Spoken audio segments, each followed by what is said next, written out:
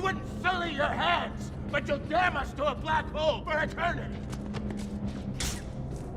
Jor-El was right. You're a pack of fools. After months of suspense, we finally have an idea of what the opening salvo in James Gunn's DC Universe is gonna be. And folks, it's a doozy. There are lots of things in this slate that you'll be expecting from the maker of the Guardians franchise, and there are a lot of deep cuts in here as well. But I won't hit you with the surprises straight away, because everyone knew a Superman movie was coming. Superman were here right now, what would you want to say to him? That my family too had dreams. And which ones do not?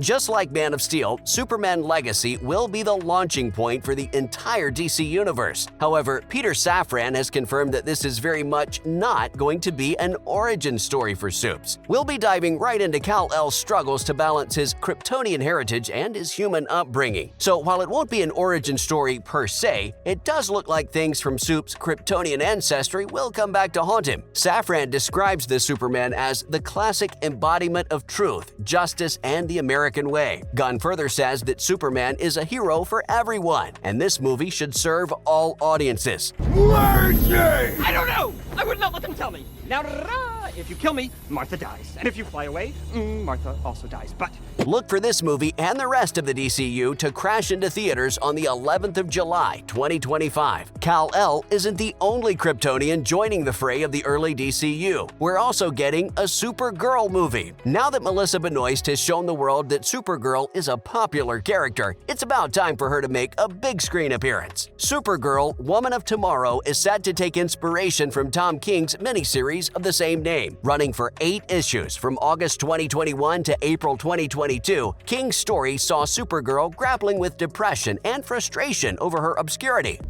Wait. I don't want to do this anymore. This is for your own good, my child. At rock bottom, Kara Zor-El is recruited by a girl to avenge the destruction of her planet by finding the people responsible and giving them the Krypton treatment. The movie will explore the contrast between her and Superman. While Kal-El got to have a peaceful and pastoral life with a human family, Kara was raised on a rock and remembers the destruction of Krypton. She also still carries the trauma from those events. No release date is set for this movie yet, but worse, they didn't confirm if Krypto the Superdog will reprise his role from the comics. Boo!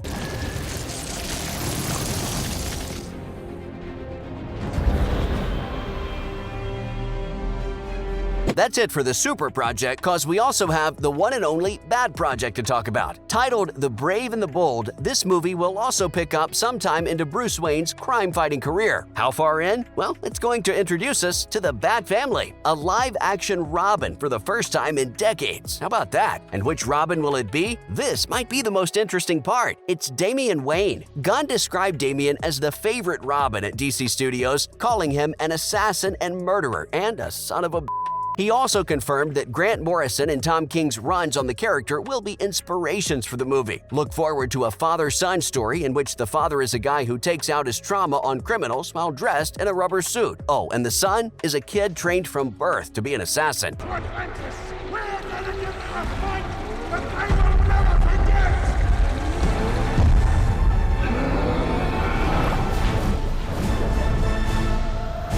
But one thing to note is that The Batman with Robert Pattinson is also getting a sequel, as is Todd Phillips' Joker, but those are not part of the DCU. While there's no release date for The Brave and the Bold yet, The Batman Part 2 is penciled for October 3rd, 2025. The previously announced Penguin show will come out before then. And while the bleak world of Gotham might excite you, what about the magical land of Themyscira? Cause we're getting a DC Comics take on Game of Thrones with Paradise Lost. It looks like this series, coming to HBO Max, will explore the origins of Themyscira and its resident Amazons. Safran has compared it to Game of Thrones and is promising a series based on the political intrigue that you'd expect to see in an all-female society. There are a lot of questions that the show will explore, like how did an island with a fully female population come about? What secrets hide in its histories and origins? And what kind of scheming do the women in power get up to? The title Paradise Lost sure sounds like a reference to Phil Jimenez and George Perez's comic storyline Paradise Island Lost, which told the story of a civil war in Themyscira. Considering how popular House of the Dragon is on HBO Max, it looks like people have an appetite for this sort of thing. So Superman, Batman, and Wonder Woman, sort of. Y'all knew this stuff was coming. Let's go a bit out in left field now, because everything will begin by delivering some great news to fans of the Green Lantern franchise. The greatest military might on this planet. Today we unite our kingdoms.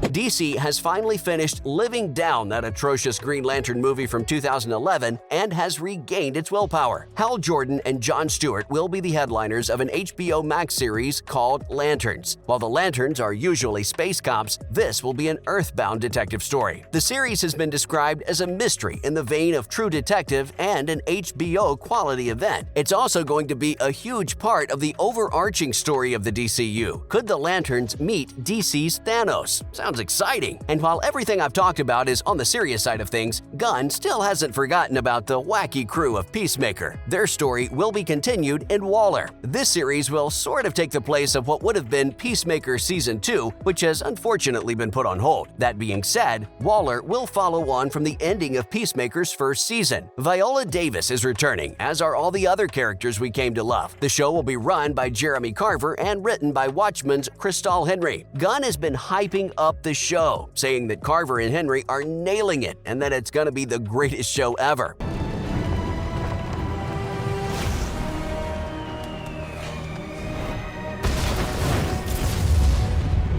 Alright guys, I think I have you primed up and ready to go now. It's time to start dropping bombs. It's time for a lightning round of the most surprising DCU projects, like Booster Gold. Yes, the lamest superhero in the past, present, and future is getting an HBO Max series. We'll see Booster pinch some tech from his time and travel back to the present to try and be the greatest hero in the world. We also have Swamp Thing. This will be the closing note of the first chapter of the DCU, and Gunn and Safran promise a proper horror movie here. The film will explore the dark origins of the character and could have unexpected crossovers with other DC luminaries. I hope I haven't blown all of your minds to bits just yet, because you're also getting a movie about the Authority. True to Warren Ellis's take on this bunch, the Authority will be a group of heroes that save the world, even if it means doing it in the most brutal and unheroic ways. And I know you ain't ready for this, but Creature Commandos, folks. This right here is a cut so deep that even DC diehards won't know a lot about it. What we have here is a 7-episode animated series about a super team fighting Nazis in World War II. While the lineup of the Commandos hasn't been revealed yet, the comic team featured Frankenstein's monster, a werewolf, a vampire, and a Gorgon. I don't see how Gunn and Safran can improve on this, but I'm excited to see them try.